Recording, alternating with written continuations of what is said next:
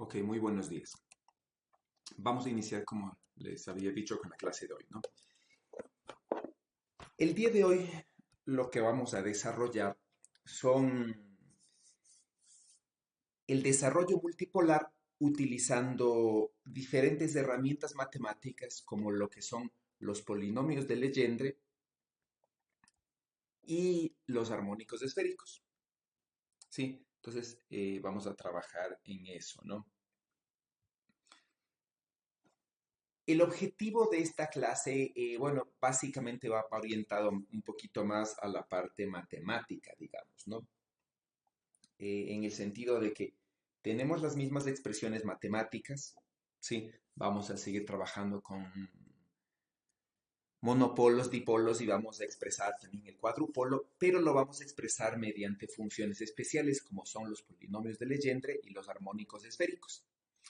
En ese sentido, nosotros vamos a tenernos siempre que se complica un poco la parte matemática, se facilita un poco la parte física, ¿no? En el sentido de que tenemos herramientas más eficientes, digamos, para una expresión más compacta y para aprovechar ciertas cualidades de esas funciones, ¿no? Para finalizar con la parte de interacción, la clase anterior nosotros vimos básicamente qué pasaba con un dipolo, ¿no? Entonces habíamos dicho, el dipolo sufre una cierta interacción y siente una fuerza en presencia de un campo si este campo es variable en el espacio, ¿no? Es decir, para un campo que no es uniforme aparece una fuerza, ¿no? Porque básicamente aquí aparece un gradiente, ¿sí? O aquí aparece un gradiente, ¿no? Aquí aparece un P punto nabla, ¿no? Que básicamente lo que me dice es la variación del campo dirigida en esta dirección, ¿no? En la dirección del dipolo, ¿ya? Entonces aquí aparece una fuerza, ¿sí? Aquí aparece una fuerza y debido a la forma de interacción, también aparece un torque, ¿no? Básicamente esta fuerza diferencial habíamos visto que ejerce un torque, de manera que esta expresión se puede expresar como dos términos, ¿no? Entonces habíamos visto que aparece un torque alrededor de el propio eje, ¿sí? Del dipolo, digamos, alrededor del centro de masas, y aparecería una traslación, ¿no? Donde esta traslación eh, mueve al cuerpo como un todo, ¿no? Sí, mueve al cuerpo como un todo y hemos hecho una analogía con el peso, ¿no? Eh, en presencia de este dipolo, ¿sí?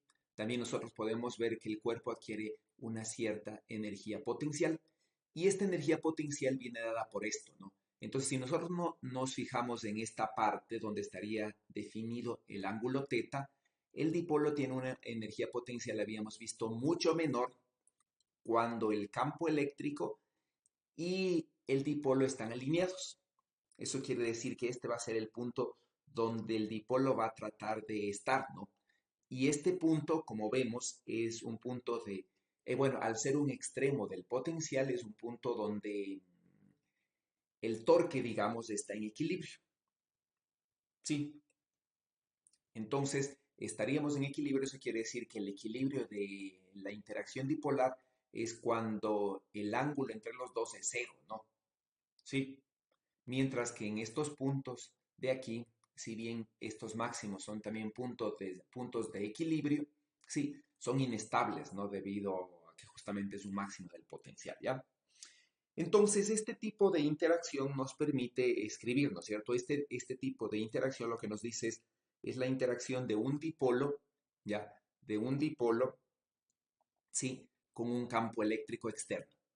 Entonces, este campo eléctrico externo nosotros podríamos decir, ¿no es cierto?, que si tenemos un dipolo I interactuando con un campo eléctrico externo formado por una cierta cantidad de dipolos, ¿sí?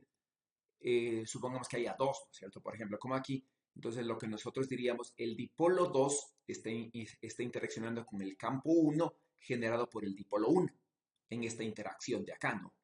Mientras que el dipolo uno está interaccionando con el campo eléctrico 2 del dipolo 2.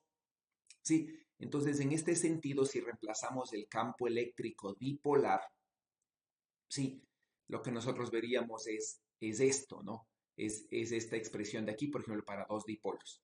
Y esto es lo que se conoce como la interacción dipolo-dipolo. Sí, entonces la interacción dipolo-dipolo, como se puede ver, bueno, depende, ¿no? Una parte del inverso del cubo de la distancia, bueno, básicamente depende del inverso del cubo de la distancia. ¿Sí?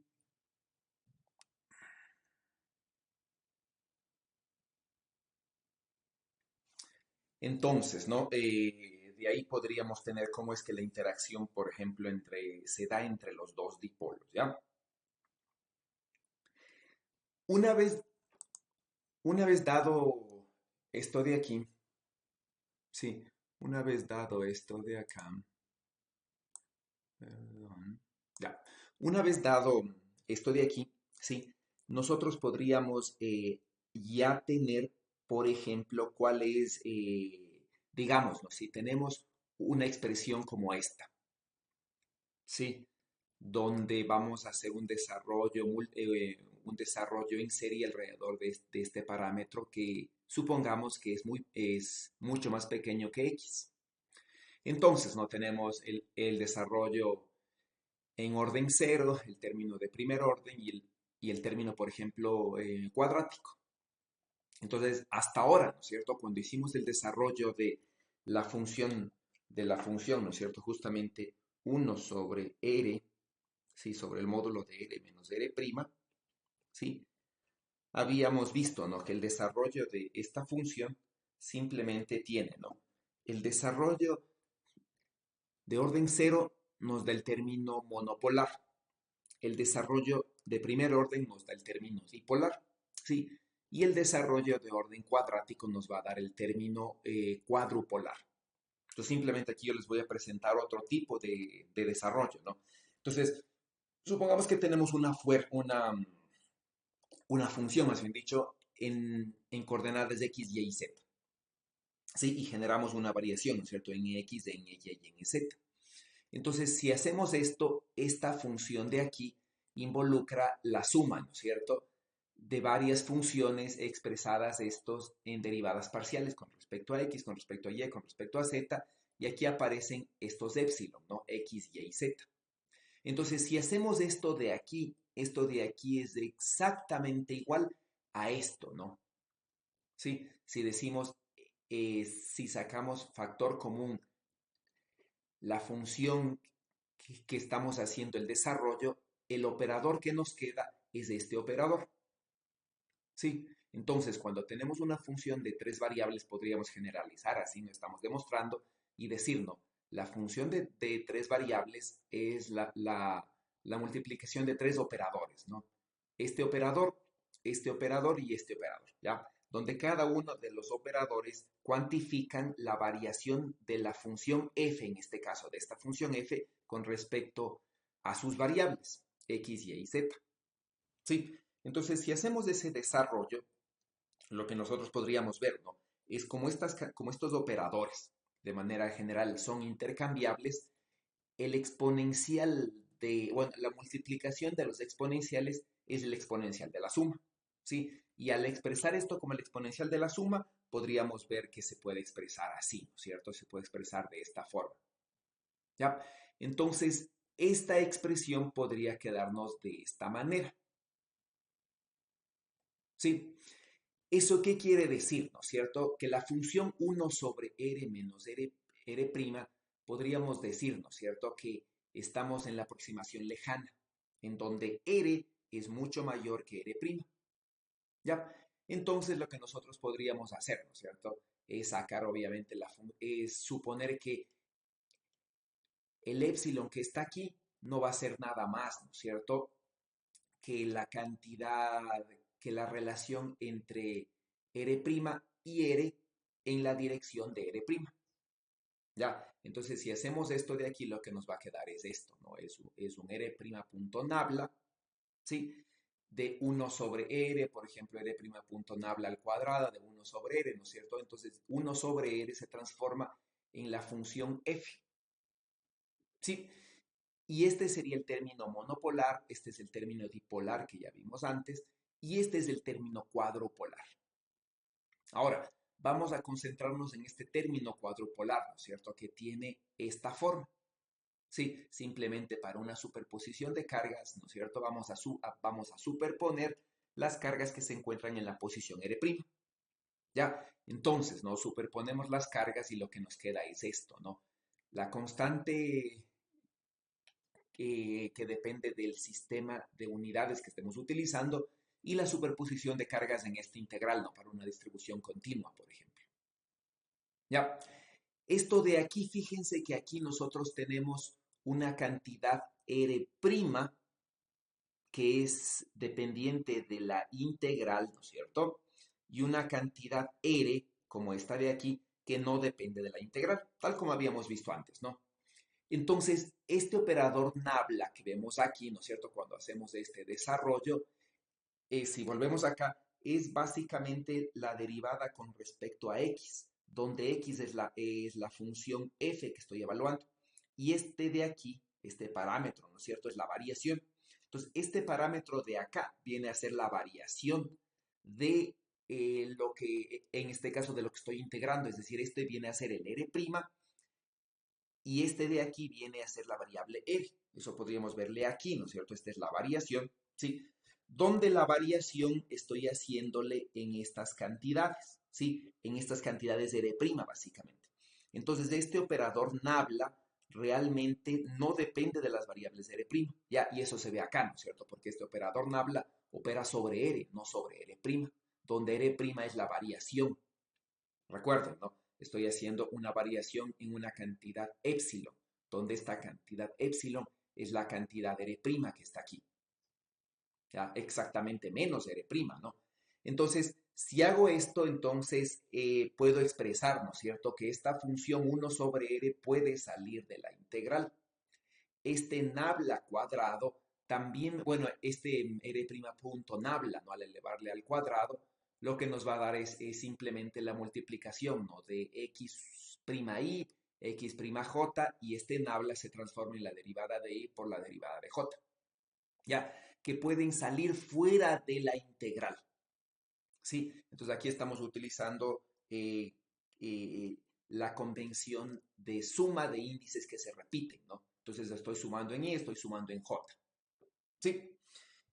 Y entonces lo que nosotros podríamos expresar, ¿no es cierto? Bueno, veámoslo aquí ya. Lo que nosotros podríamos ver es que este desarrollo que está aquí, estos primeros términos, ¿sí? Cambiémosles de color ya. Estos primeros términos, ya, estos primeros términos que están aquí, pongámosles con color rojo, ¿sí? Esos primeros términos que están ahí son solamente dependientes de la densidad de carga, ¿sí? Y de la posición donde está la densidad de carga. Eso quiere decir que esto de aquí es independiente del punto R. Entonces, a esto se le llama el momento cuadrupolar. ¿Sí? Es simplemente otro desarrollo matemático, ¿no? Entonces, al calcular, por ejemplo, estas derivadas de aquí, fíjense, aquí tengo la derivada con respecto a I, la derivada con respecto de J de 1 sobre R, ¿no? Al calcular esas cantidades, sí, por ejemplo, la derivada con respecto de J de 1 sobre R, si ustedes derivan es simplemente menos xj al cubo, ¿sí? Y luego a eso tengo que hacerle la derivada con respecto de I. Entonces, le derivo con respecto de I y me quedan estos dos términos, ¿ya? Se puede expresar así, ¿no? Entonces vuelvo a derivar esto y esto me queda la derivada con respecto de I, con respecto de J, sí, 3 veces, sí, y eso se puede expresar así, ¿no? Entonces, la expresión matemática al final va a quedar de esta forma, ¿ya? ¿Qué es lo que vemos allí? Que esta expresión matemática, ¿qué le pasa a esto? Esta expresión matemática, ¿no es cierto?, depende de esta parte al menos del inverso del cubo de la distancia. ¿Sí? Cuando reemplazamos esto en el potencial nos queda así, ¿no? Entonces quiere decir que aquí tengo un momento cuadrupolar, ya, aquí tengo un momento cuadrupolar, ¿sí? Y aquí tengo la parte dependiente de la posición donde estoy evaluando el potencial. Entonces, esta posición donde estoy evaluando el potencial depende del inverso del cubo de la distancia, ¿no? Aquí se ve, ¿no? Igual acá, ¿no? Si ustedes se fijan en el numerador tengo un x cuadrado y acá tengo un r al cubo, ¿no? Entonces esto de manera general decrece con el inverso del cubo de la distancia también. ¿Sí? Y entonces esto yo lo podría, bueno, se lo podría trabajar un poco matemáticamente, ¿no? Y este delta IJ, ¿sí? Simplemente bueno, puedo multiplicar, ¿no? Este término por cada uno de estos y aprovechar, ¿no? Que yo tengo un delta IJ aquí para moverlo, ¿ya? Entonces aquí me falta corregir un poquito este, ¿ya? Entonces, eh, sí. Entonces se puede escribir esto así, ¿no es cierto? Se puede escribir esto así, ¿ya? Y entonces el término cuadrupolar se lo podría escribir así, simplemente, ¿no? Esta suma de aquí y este delta IJ se expresan acá, ¿no? Se le multiplica esta función por cada uno de estos y se reordena, ¿no? Y se puede reordenar así. Ya, simplemente se puede reordenar así. ¿Ya? Entonces, esta ecuación es la misma de la de arriba, ¿ya? Y es la forma de expresar el momento cuadrupolar.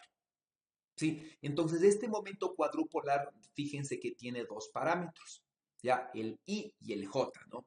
Entonces, estos dos parámetros de IJ que aparecen aquí, quiere decir que este término cuadrupolar, que igual le voy a cambiar de color para que le identifiquen, ¿sí? Este término cuadrupolar, ¿ya? Ese término cuadrupolar que está en rojo, viene a expresarse como un tensor, ¿sí? Como una matriz, ¿no es cierto? Digamos que este sería así. Ya entonces la interacción bueno, el potencial, ¿no es cierto? Depende del tensor cuadrupolar multiplicado por esta cantidad. Ya, entonces el tensor cuadrupolar, ¿no es cierto? Se lo podría expresar matemáticamente así.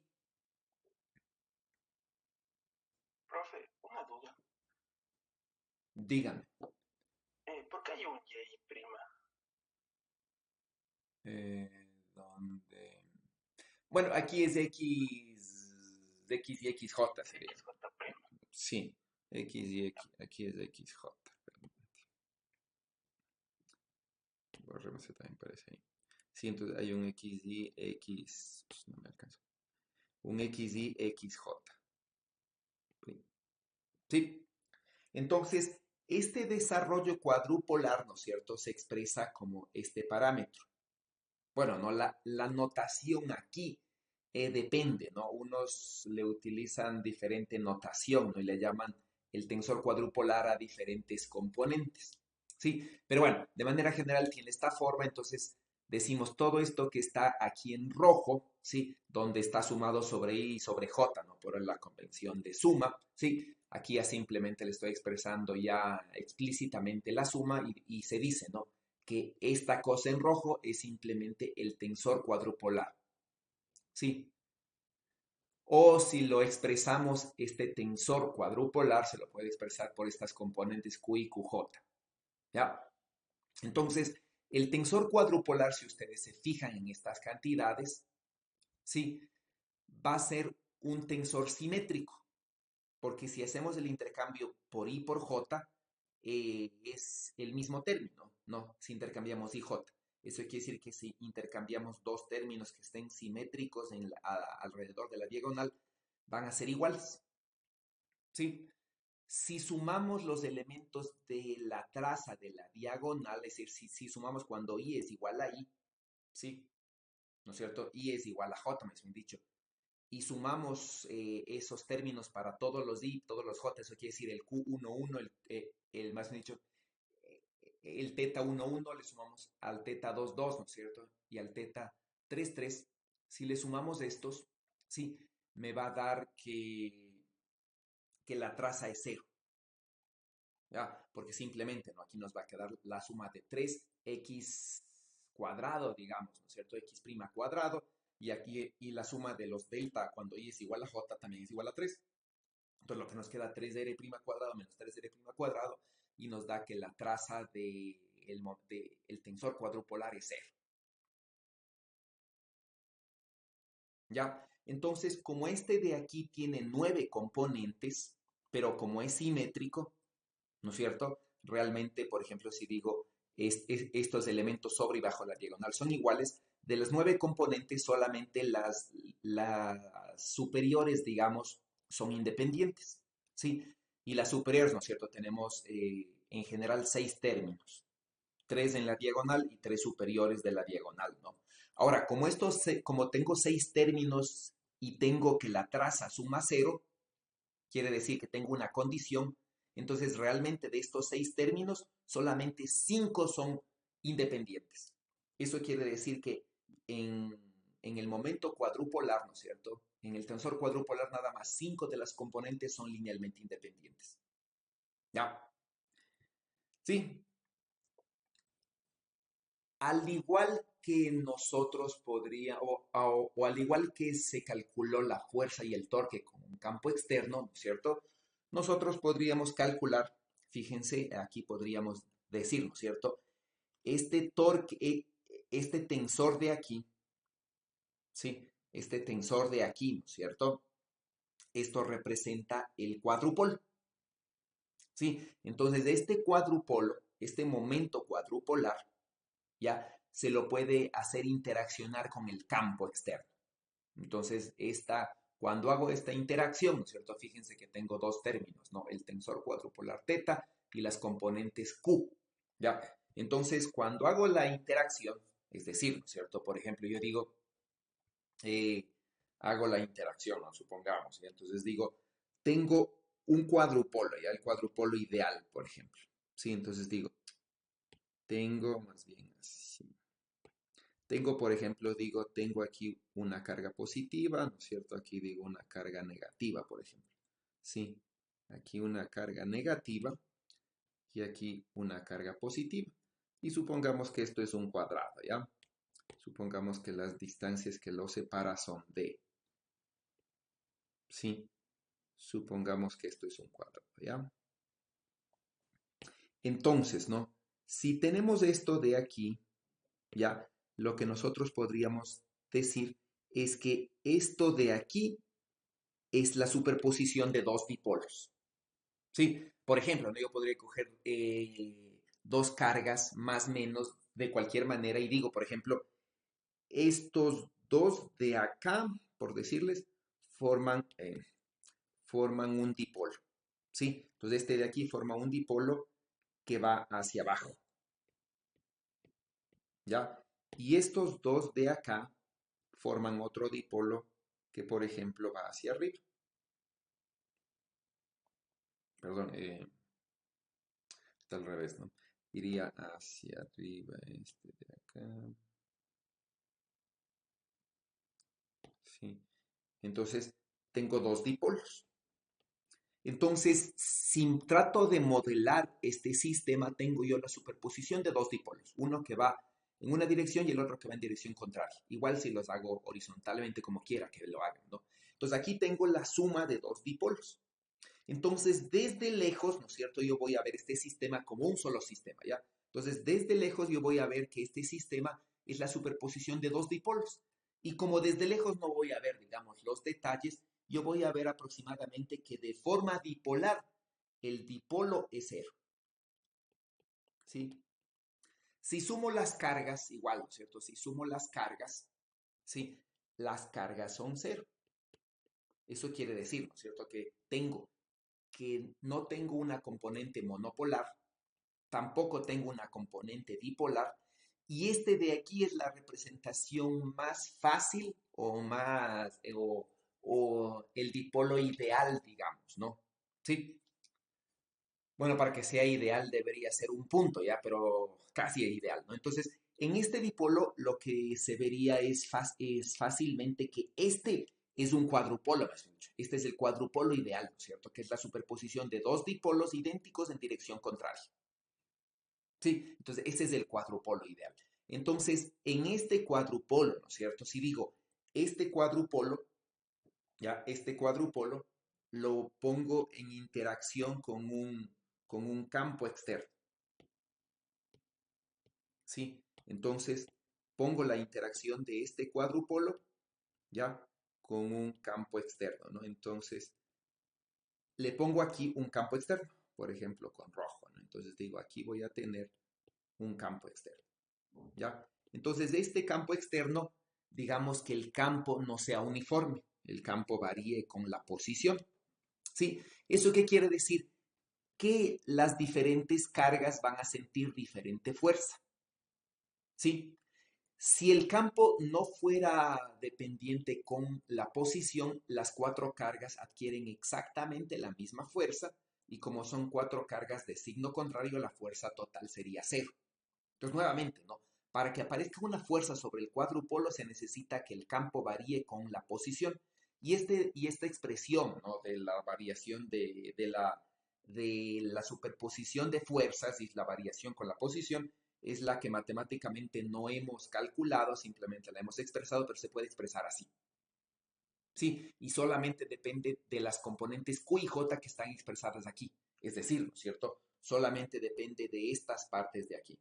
Toda la parte simétrica de la diagonal básicamente se anula, ¿no?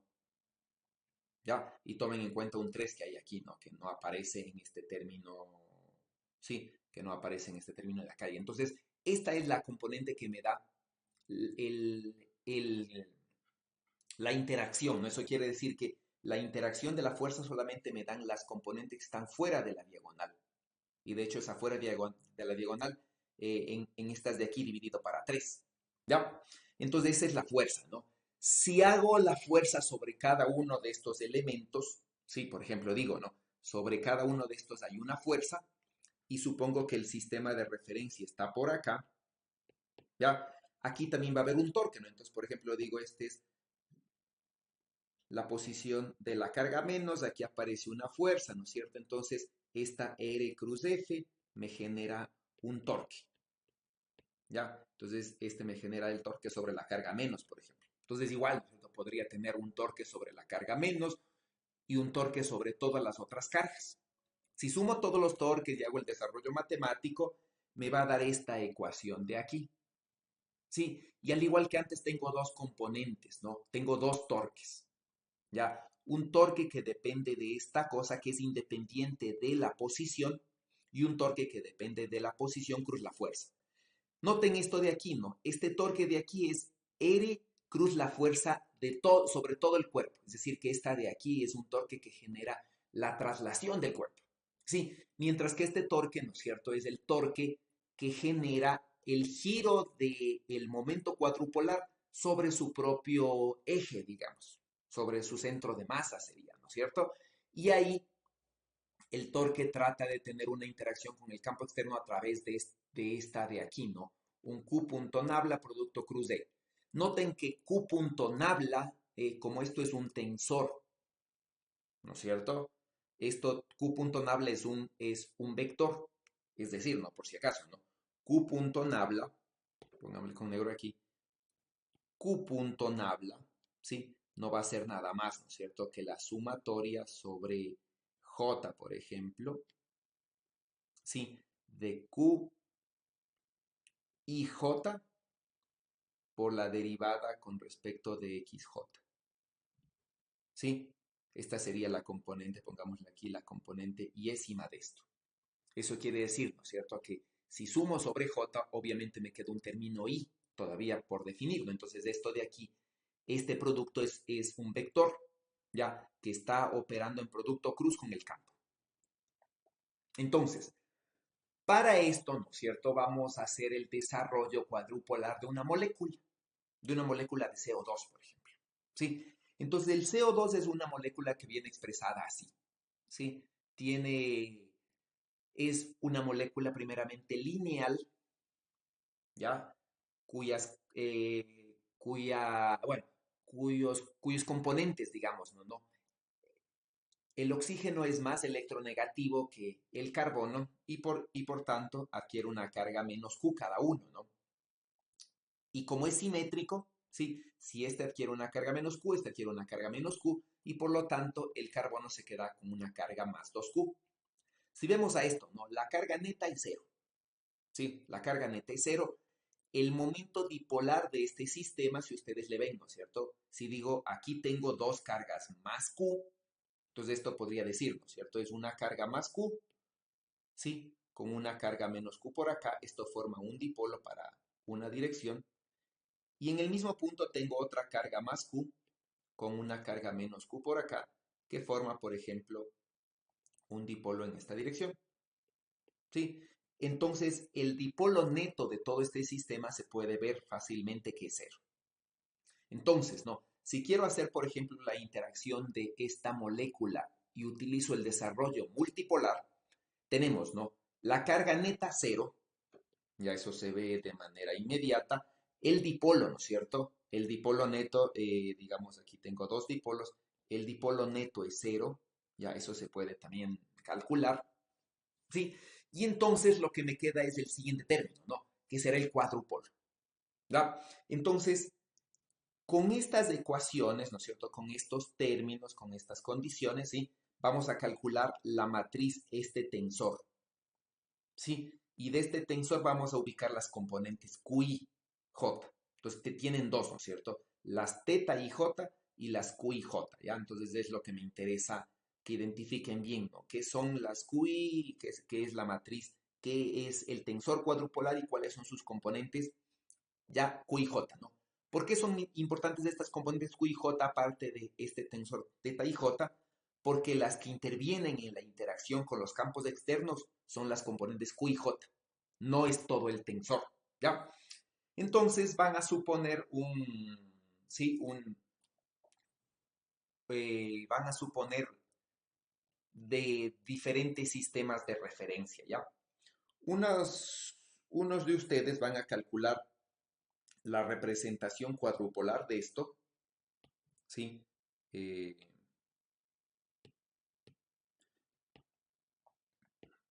sí, ya. Vamos a calcular, ¿sí? Van a calcular, unos de ustedes van a calcular, por ejemplo, con el sistema de referencia en el origen, ¿sí? Más bien dicho, el origen del sistema de referencia en el carbono, ¿sí? Otros van a calcular con el sistema de referencia en el 1 oxígeno y otros, por ejemplo, van a calcular con el sistema de referencia, digamos así, ¿no es cierto? Por acá, por ejemplo.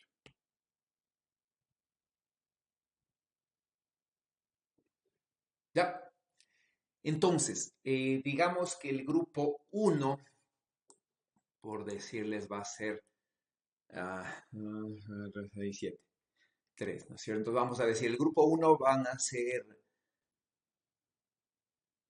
Antonio y Brian. Van a calcular de esta forma, ¿ya? El grupo 2 va a ser Camila y Daniel, ¿ya? Y el grupo 3 van a ser las otras tres personas que me están sobrando, ¿no? Básicamente, Francisco, José y Tatiana, ¿sí? Van a ser el grupo 3.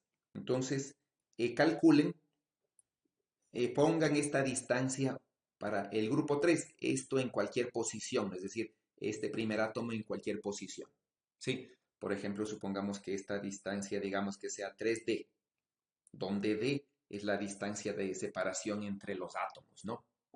Entonces, por favor, hagan ese cálculo y al final comparamos. Comparamos si en este caso, ¿no es cierto?, el momento cuadrupolar depende de dónde pongamos el origen. Tomen en este caso me refiero, ¿no? Que no hay momento monopolar, ¿ya? No hay momento dipolar. Y el primer término, vamos a ver que es el término cuadrupolar. ¿Sí? Y vamos a ver entonces si los términos cuadrupolares, si el tensor cuadrupolar depende o no depende del origen, en este caso que el dipolo y el monopolo son cero. ¿Sí? Entonces, por favor, van a trabajar en grupos. ¿Dónde está esto? Sí, entonces quiero que Profe, diga. ¿podría antes regresar un rato a donde estaba el tensor, por favor? Ya, aquí está el tensor. Ok. Entonces pueden hacer una captura de pantalla. ¿Dónde están los grupos? Ya no encuentro cómo crear grupos. ¿Dónde están los grupos? Ok, no.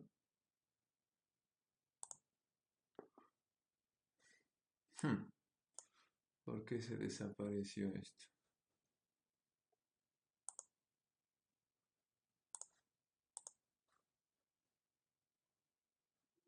Ya, aquí está. Entonces, no.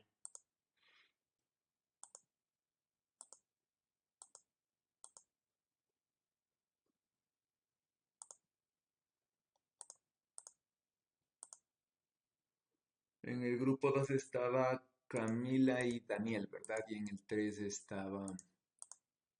Ya, entonces, por favor, únanse a los grupos y son 7:40 ya. Tienen 10 minutos para esta parte. Sí,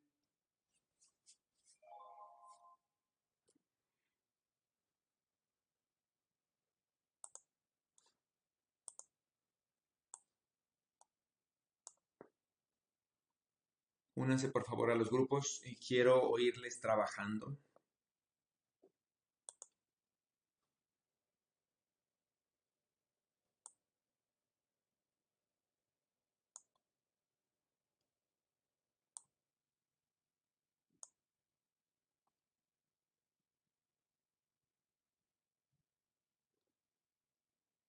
Tatiana, no le veo que se haya unido al grupo.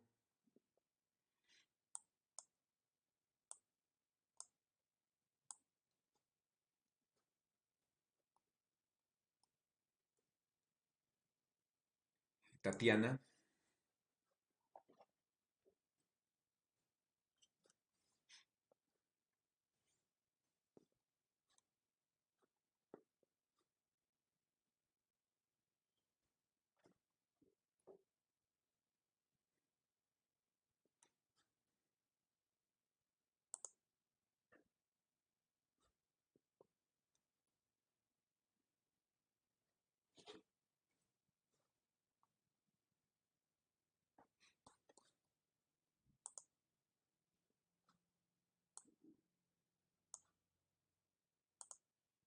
ajá, estoy con... Ok, entonces, ¿no? Para finalizar ya, tenemos el potencial, ¿no es cierto? Generado por una distribución de carga, ¿sí? Y aquí tenemos, ¿no? Aquí ya les he explicado, digamos, que estas cantidades de aquí representan, ¿no? Las posiciones X, Y y Z de manera general, ¿no? De esta densidad de carga o de la carga puntual si no fuese una densidad de carga continua. Sí, donde X, Y y Z lo identifico de acuerdo a los subíndices, ¿no? Si Y o J valen uno, 2 o 3. Sí, igual es este R' al cuadrado, ¿no? Representa la posición de esta carga R' al cuadrado, ¿sí? Esta es uno de los términos, ¿no? Estos X y Y de acá, igual nos representan X, Y y Z, dependiendo cuánto valga Y o J, ¿no? Uno, 2 o 3, pero de esta posición, ¿no? De el lugar donde estoy calculando el potencial. Sí, esta sí es otra posición, ¿no? Diferente, ¿ya? Entonces, ahorita simplemente ustedes están calculando el momento cuadrupolar, el tensor cuadrupolar. Todavía no decimos calculen el campo en ningún punto específico, ¿no? Entonces, esta cosa en azul ni siquiera la estamos tomando en cuenta. ¿Eh? De manera que si ustedes hacen el cálculo, ya por las posiciones de X y XJ, por ejemplo, ustedes encontrarán diferentes componentes. Entonces, por favor, revisen estas ecuaciones, traten de entenderlas como les había explicado, ¿no es cierto? Habíamos hecho el desarrollo con un par de grupos de la componente 1, 2, identificando, ¿no es cierto? 1 como la componente en X, 2 como la componente en Y de cada una de las cargas, ¿no? De la carga del un oxígeno, de la carga del otro oxígeno, de la carga del carbono. Sí, estas vendrían a ser las componentes de X', Y', ¿no? X, Y', Y'.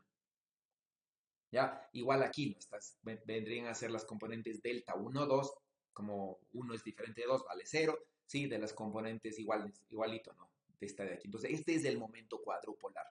Si nada más cojo este primer paréntesis y le divido para 2, formo los Q y J. Q1, 2 en este caso.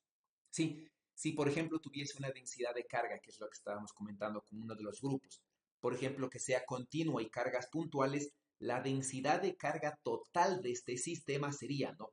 La densidad de carga continua, ¿sí? Sumada por las cargas puntuales multiplicadas por un delta de Dirac en cada una de sus posiciones.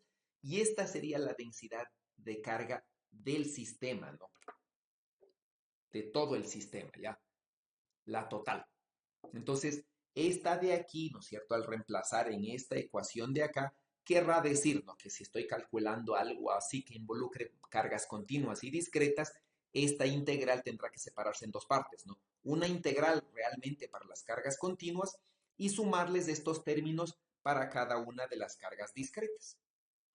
¿Ya? Eso, por favor, piénsenlo, analícenlo. Ustedes tenían que leer, por eso les pongo las lecturas, ¿no es cierto?, en el aula virtual, para que vengan de antemano y no demorarnos tanto en las explicaciones, porque se supone que ustedes tienen que haber venido leyendo, ¿sí? Entonces, lo que quiero que vean es que si no leen, realmente yo no puedo avanzar como tengo planificado avanzar, ¿sí? Y no, la clase no es para que ustedes vengan a entender todo acá, ¿sí? La clase es para que vengan a aclarar lo que no entendieron leyendo. Esto se llama una clase invertida, donde ustedes son los actores que tienen que leer de antemano. ¿Sí? Entonces, por favor, eso está leyendo, eso está faltando, no están leyendo. Por eso es que no estamos logrando el avance que requerimos, ¿ya? En el aula virtual también ustedes, yo les subí unos ejercicios, ¿sí? Unos ejercicios generales, ¿ya? Estos ejercicios son mucho más complejos, digamos, en el sentido de que son más realistas, digamos, ¿ya? Entonces son tres ejercicios, ¿no es cierto? Básicamente es un ejercicio de un momento multipolar que tienen que hacerlo de forma numérica y de forma aproximada con el desarrollo multipolar y hacer la comparación. Sí, es una densidad de carga volumétrica, es una nanopartícula, ¿no? Con un supuesto de densidad de carga y ustedes tienen que validar el supuesto y es un capacitor, ¿no? Donde básicamente más que la capacitancia me interesa la energía. Es un capacitor hecho por nanotubos de carbono, este no es inventado, realmente este existe, sí, es un artículo en Nature, entonces ustedes van a trabajar sobre eso, ¿ya? Y es más o menos algo a lo que ustedes se van a enfrentar en la realidad, cuando ya sean físicos. Sí, entonces eso es lo que ustedes tienen que ser capaces de alguna forma estimar. Resolución de estos ejercicios no van a encontrar en ninguna parte porque no existen. Sí, de hecho es la primera vez que son planteados, entonces por favor es su deber, ¿no es cierto?, encontrar solución.